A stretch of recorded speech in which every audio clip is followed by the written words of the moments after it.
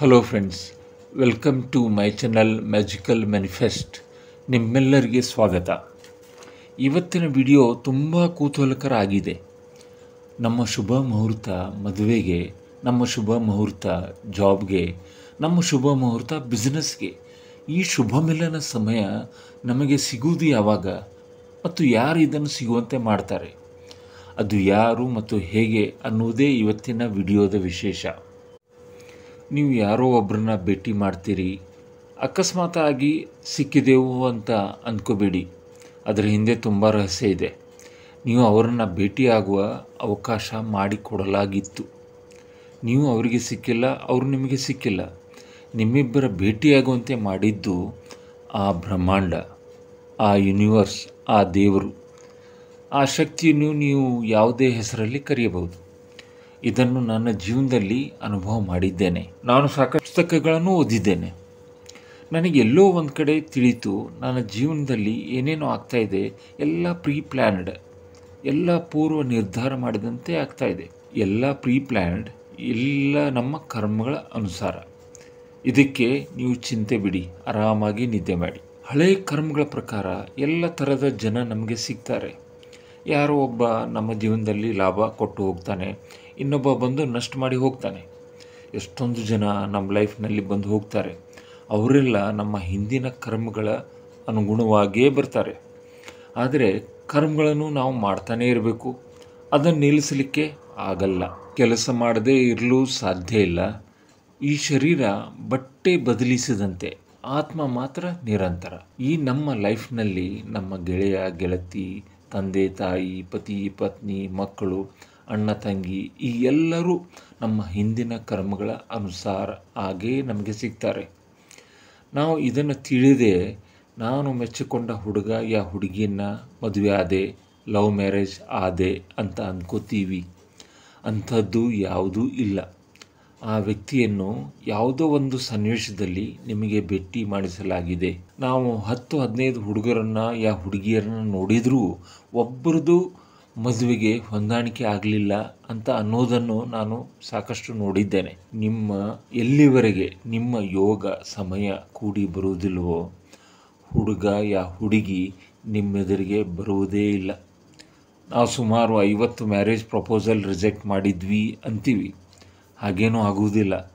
ಸಿಗಬೇಕಾಗಿದ್ದ ವ್ಯಕ್ತಿ ನಿಮಗೆ ಸಿಗುವವರೆಗೆ ಹಾಗೆ ಅನ್ನಿಸುವುದು ಸಹಜ. ಅವಳ ಸಮಯ ಯಾವಾಗ ಆಗುತ್ತೋ ಆಗಲೇ ಅವರು ಬರ್ತಾರೆ. ಯಾರನ್ನು ರಿಜೆಕ್ಟ್ ಮಾಡೋ ಪ್ರಶ್ನೆಯೇ ಇಲ್ಲವೇ ಇಲ್ಲ. ಉದಾಹರಣೆಗೆ ನಮ್ಮ ಕನ್ನಡದ ನಟಿ ದೀಪಿಕಾ ಪಡುಕೋಣೆ ಎಕ್ಸಾಂಪಲ್ ತಗೊಳ್ಳುವ. ಬೆಂಗಳೂರಿನಲ್ಲಿ ಅವಳು ಸ್ಕೂಲ್, ಕಾಲೇಜ್ ಎಲ್ಲ ಅಭ್ಯಾಸ ಮಾಡಿದ್ಳು. ಅವಳಿಗೆ ಕಾಲೇಜ್ ಹೋಗುವಾಗ ಒಬ್ಬ ಮುಂದೆ ಉತ್ತರ ಭಾರತದ ವ್ಯಕ್ತಿ ರಣವಿಜಯ್ ಸಿಂಗ್, ಅವನ ಜೊತೆ ಮದುವೆ ಆಗಬಹುದು ಎಂದು ಕನಸಿನಲ್ಲೂ ಮಾಡಿರಲು ಸಾಧ್ಯವೇ ಇಲ್ಲ. ಇದು ಆ ಬ್ರಹ್ಮಾಂಡದ ಪ್ಲ್ಯಾನಿಂಗ್. ನಮಗೆ ಅರ್ಥ ಆಗೋ ಚಾನ್ಸ್ ಇಲ್ಲವೇ ಇಲ್ಲ. ಎಷ್ಟೋ ಸಲ ನಾವು ಅಂದ್ಕೋತೀವಿ, ಇವರ ಲಗ್ನ ಭಾಳ ಬೇಗನೆ ಮಾಡಿದೆವು ಅಂತ. ಅವರ ಮದುವೆ ಬೇಗ ಆಗಲಿಲ್ಲ. ಅವರಿಬ್ಬರ ಸಮಯ ಆಗ ಇತ್ತು, ಮದುವೆ ಆಯಿತು ಅಷ್ಟೇ. ಎಷ್ಟೊಂದು ಸಲ ನಾವು ಹೇಳ್ತೀವಲ್ಲ, ನಾವೆಲ್ಲ ಮನೆಯವರು ಕೂಡಿ ಹುಡುಗ ಹುಡುಗಿನ ನಾವು ಇಷ್ಟಪಟ್ಟು ಮದುವೆ ಮಾಡಿಸಿದ್ವಿ. ಹಾಗೇನೋ ತಿಳ್ಕೊಬೇಡಿ. ಒಂದು ವೇಳೆ ಹಾಗಾದಲ್ಲಿ ನಾವೇನು ಈ ಮಮ್ಮಿ ಬೇಕು, ಈ ಪಪ್ಪ ಬೇಕು ಅಂತ ಹೇಳಲಿಲ್ಲ. ನಾವು ಹುಟ್ಟಿದಾಗ ಇವರು ನಮ್ಮ ಮಮ್ಮಿ, ಇವರು ನಮ್ಮ ಪಾಪ ಅಂತ ಹೇಳಿದ್ರು, ನಾವು ಒಪ್ಕೊಂಡು ಬಿಟ್ವಿ. ಅದೇ ಥರ ನಾವು ನಮ್ಮ ಅಣ್ಣ ತಂಗಿ ತಮ್ಮ ಅಂತ ಎಲ್ಲ ಒಪ್ಕೊಂಡೆವು. ಇದೇ ರೀತಿ ಈ ಬ್ರಹ್ಮಾಂಡ ಎಲ್ಲರನ್ನು, ಅಂದರೆ ನಮ್ಮ ಗೆಳೆಯ ಗೆಳತಿ, ಪತಿ ಪತ್ನಿ ಸರಿಯಾದ ಸಮಯದಲ್ಲಿ ಕಾಲಕ್ಕೆ ಸಿಗುವಂತೆ ಮಾಡ್ತಾ ಇರ್ತಾರೆ. ಈ ಮಾತನ್ನು ಅರ್ಥ ಮಾಡೋದರಿಂದ ಮನುಷ್ಯನ ಎಷ್ಟೋ ಸಮಸ್ಯೆಗಳು, ತೊಳಲಾಟಗಳು ಕಡಿಮೆ ಆಗ್ತವೆ. ಎಷ್ಟೋ ಸಲ ಹೀಗೆ ಅನಿಸ್ತದೆ, ನನ್ನ ಗೆಳೆಯ ಹೀಗಿದ್ದಾನೆ, ನನ್ನ ಮಕ್ಕಳಂತೂ ಹೀಗಿದ್ದಾರೆ, ನನ್ನ ಪತ್ನಿಯ ಅಂತೂ ಕೇಳಲೇಬೇಡಿ, ನನ್ನ ತಂದೆ ತಾಯಿ ಹೀಗಿದ್ದಾರೆ. ಅವ್ರಿಗೆಲ್ಲ ನಿಮ್ಮನ್ನೇ ಭೇಟಿ ಆಗಬೇಕಾಗಿತ್ತು. ನಿಮ್ಮ ಕರ್ಮಗಳ ಅನುಸಾರ ನಿಮ್ಮ ಜೊತೆ ಬಂದಿದ್ದಾರೆ. ಯಾವುದೇ ಒಂದು ಥರದ ಪದ್ಧತಿಯಲ್ಲಿ ಅವರನ್ನು ನಿಮಗೆ ಭೇಟಿ ಮಾಡಿಸಲಾಗಿತ್ತು. ಒಂದು ತರಹದ ಯೋಗ ಕೂಡಿ ಬಂತು. ಅದರಿಂದ ಹೇಳ್ತಾರೆ, ಯಾರೊಬ್ಬರು ನಮ್ಮ ಬಳಿ ಇದ್ದರೆ ಅವರು ನಮಗೋಸ್ಕರನೇ ಇದ್ದಾರೆ, ಅದಕ್ಕೆ ಚಿಂತೆ ಮಾಡೋದು ಬೇಡ. ನಿಮಗೆ ಮದುವೆ ಆಗಿದೆ ಅಂತ ತಿಳ್ಕೊಳ್ಳೋಣ. ನಿಮ್ಮ ಹತ್ರ ಆ ವ್ಯಕ್ತಿ ಅದೇ ನಿಮ್ಮ ಪತ್ನಿ ಅವರು ನಿಮ್ಮ ಕೈಯಿಂದ ಜಾಸ್ತಿ ಖರ್ಚು ಮಾಡಿಸಿದ್ದಾರೆ ಅಂತ ನಿಮ್ಗೆ ಅನಿಸ್ತಾ ಇದೆ. ಮಾತೇ ಕೇಳ್ತಿಲ್ಲ, ಖರ್ಚು ಮೇಲೆ ಖರ್ಚು. ನೀವು ಯಾವುದೋ ಜನ್ಮದಲ್ಲಿ ಸಾಲ ಮಾಡಿದ್ದು ಅದನ್ನು ವಾಪಸ್ ಕೊಟ್ಟಿರಲಿಕ್ಕೆ ಇಲ್ಲ. ಆ ಸಾಲ ಪೂರ್ತಿ ಆಗುವವರೆಗೂ ನಿಮ್ಮ ಹೆಂಡತಿ ಖರ್ಚು ಮಾಡಿಸ್ತಾನೇ ಇರ್ತಾರೆ. ಯಾವತ್ತೋ ಒಂದಿನ ಅವಳಿಗೆ ಬುದ್ಧಿ ಬಂದು ಗಂಡನಿಂದ ಇನ್ನೂ ಖರ್ಚು ಮಾಡಿಸೋದು ಬೇಡ ಅಂತಲೂ ಆಗ್ಬೋದು.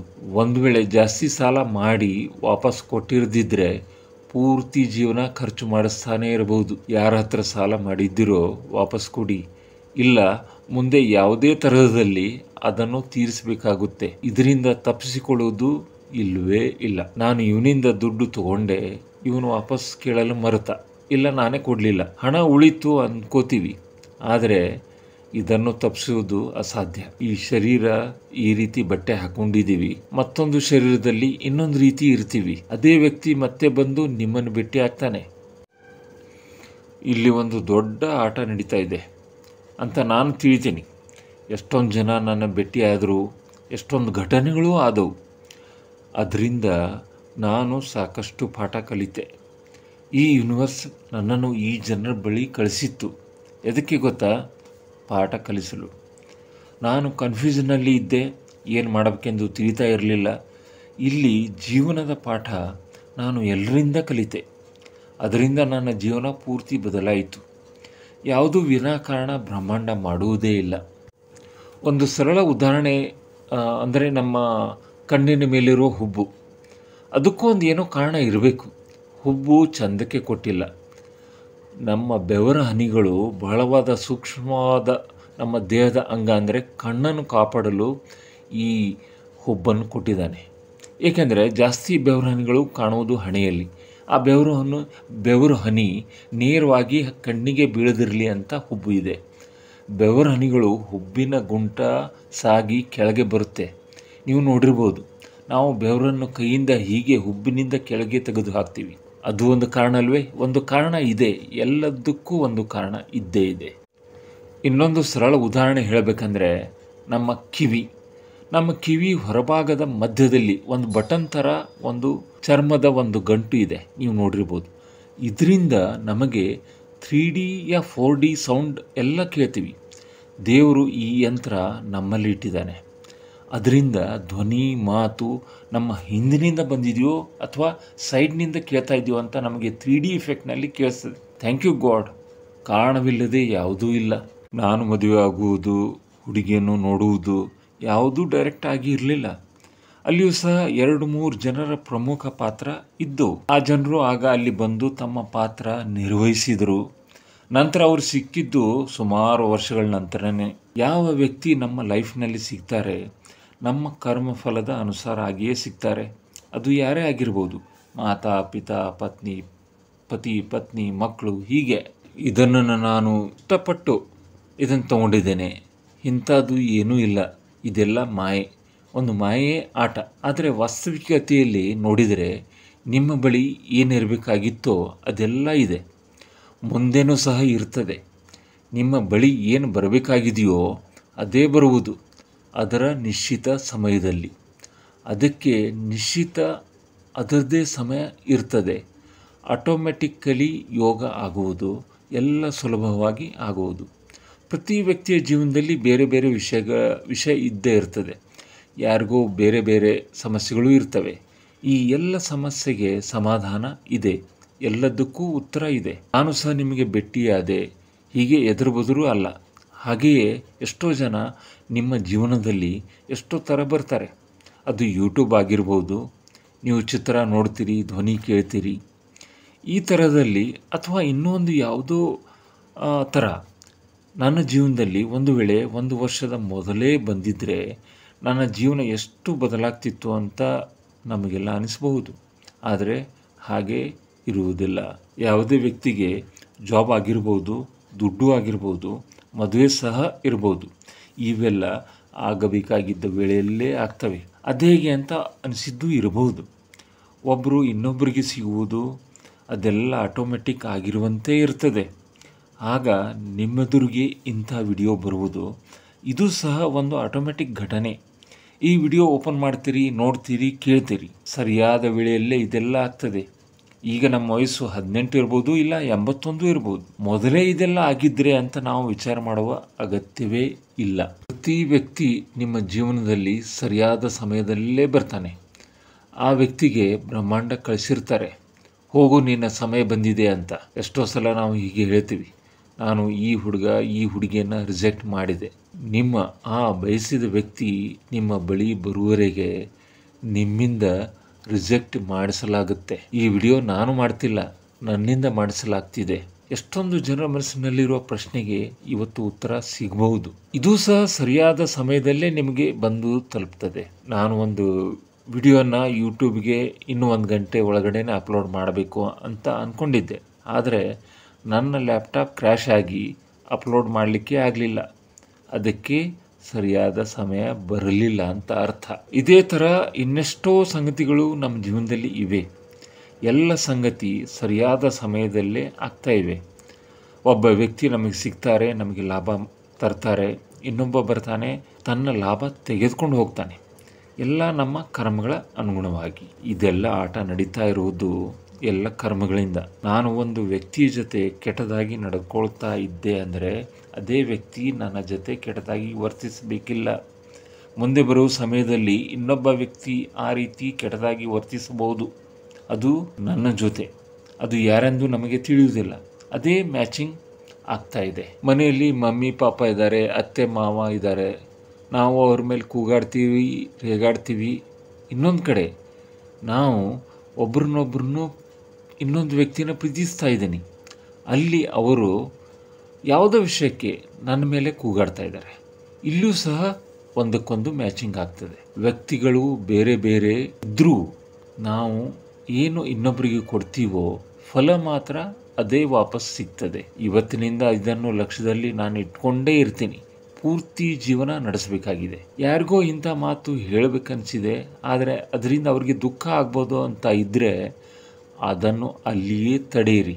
ಏಕೆಂದರೆ ಅದು ಬೇರೆ ಎಲ್ಲಿಂದಲೋ ವಾಪಸ್ ಬಂದರೆ ನಮಗೆ ನೋವಾಗುವುದು ಗ್ಯಾರಂಟಿ. ನಾನೇನು ಯಾರಿಗೆ ಏನು ಮಾಡಿಲ್ಲ ಅಂತ ಅಂದ್ಕೊಳ್ತೀವಿ. ನಮಗೆ ಗೊತ್ತಿಲ್ಲದೆ ನೆನಪಿಲ್ಲದೆ ನಾವು ಮಾಡಿರಬೇಕು. ಅದಕ್ಕೆ ಅದು ವಾಪಸ್ ನಮ್ಮ ಬಳಿ ಬಂದಿದೆ. ಮಾಡದೇ ಯಾವುದೂ ಬರುವುದೇ ಇಲ್ಲ.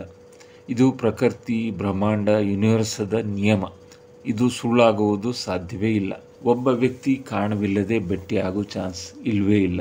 ಉದಾಹರಣೆಗೆ ನೀವು ಸ್ಟೀವ್ ಜಾಬ್ ಇವ್ರ ಹೆಸರು ಕೇಳಿರ್ಬೋದು. ಆ್ಯಪಲ್ ಕಂಪ್ನಿಯ ಮೊದಲಿನ ಮಾಲೀಕ. ಆದರೆ ಇವತ್ತು ಅವರಿಲ್ಲ. ಐಫೋನ್ ಬಗ್ಗೆನೂ ನೀವು ಕೇಳಿರ್ಬೋದು, ಸಾಕಷ್ಟು ಜನ ಕೈಯಲ್ಲಿ ಇದೆ. ಅವರ ಒಂದು ಭಾಷಣದಲ್ಲಿ ಹೇಳ್ತಾರೆ, ನಮ್ಮ ಜೀವನವನ್ನು ಒಂದು ಸಲ ನಿಂತು ಹಿಂತಿರುಗಿ ನೋಡಿದರೆ ಎಲ್ಲ ಅರ್ಥ ಆಗ್ತದೆ. ಯಾವ ಇಸ್ವಿಲಿ ಏನೇನು ಆಯಿತು ಮತ್ತು ಏಕೆ ಆ ಥರ ಆಯಿತು, ಒಂದಕ್ಕೊಂದು ಘಟನೆ ಜೋಡಿಸಿದಾಗ ಪೂರ್ತಿ ಅರ್ಥ ಆಯಿತು. ಈ ಭಾಷಣದ ಹೆಸರು ಗೊತ್ತಾ ನಿಮಗೆ? Connecting dots. ಒಂದಕ್ಕೊಂದು ಘಟನೆ ಜೋಡಣೆ ಆಗ್ತಾ ಹೋಗ್ತದೆ. ಇದು ಬ್ರಹ್ಮಾಂಡದ ಪ್ಲ್ಯಾನಿಂಗ್. ನಮಗೆ ತಿಳಿಯುವುದೇ ಇಲ್ಲ, ಯಾಕಂದರೆ ನಾವು ಸಾಮಾನ್ಯ ಮಾನವರು. ಹಾಗಾದಲ್ಲಿ ಸಾಮಾನ್ಯ ಮನುಷ್ಯ ಏನು ಮಾಡಬಹುದು? ಏನು ಸ್ಪೆಷಲ್ ಆಗಿ ಏನು ಮಾಡೋ ಅವಶ್ಯಕತೆ ಇಲ್ಲ. ನಿಮ್ಮ ದಿನನಿತ್ಯದ ಕರ್ಮಗಳಲ್ಲಿಯೇ ಸುಧಾರಣೆ ಮಾಡಿದರೆ ಆಯಿತು. ಆ ವಿಷಯ ಇನ್ನೊಂದು ವಿಡಿಯೋದಲ್ಲಿ ಚರ್ಚೆ ಮಾಡೋಣ. ನಮ್ಮ ಕರ್ಮ ಒಳ್ಳೆಯದು ಇದ್ದಾಗ ಎಲ್ಲ ಸುಖ, ಸಂಪತ್ತು, ಐಶ್ವರ್ಯ ಈಸಿ ಮತ್ತು ಆಟೋಮೆಟಿಕ್ ಆಗಿ ಬರುತ್ತೆ. ಚಿಂತಿಸುವ ಅಗತ್ಯವೇ ಇಲ್ಲ. ನಿಮ್ಮೆಲ್ಲರಿಗೆ ಒಳ್ಳೆಯದಾಗಲಿ. ನೀವು ಬಯಸಿದ್ದು ಎಲ್ಲ ನಿಮಗೆ ಸಿಗಲಿ. ಮತ್ತೆ ಭೇಟಿಯಾಗೋಣ ಇನ್ನೂ ಒಳ್ಳೆಯ ವಿಷಯಗಳೊಂದಿಗೆ. Thank you very much.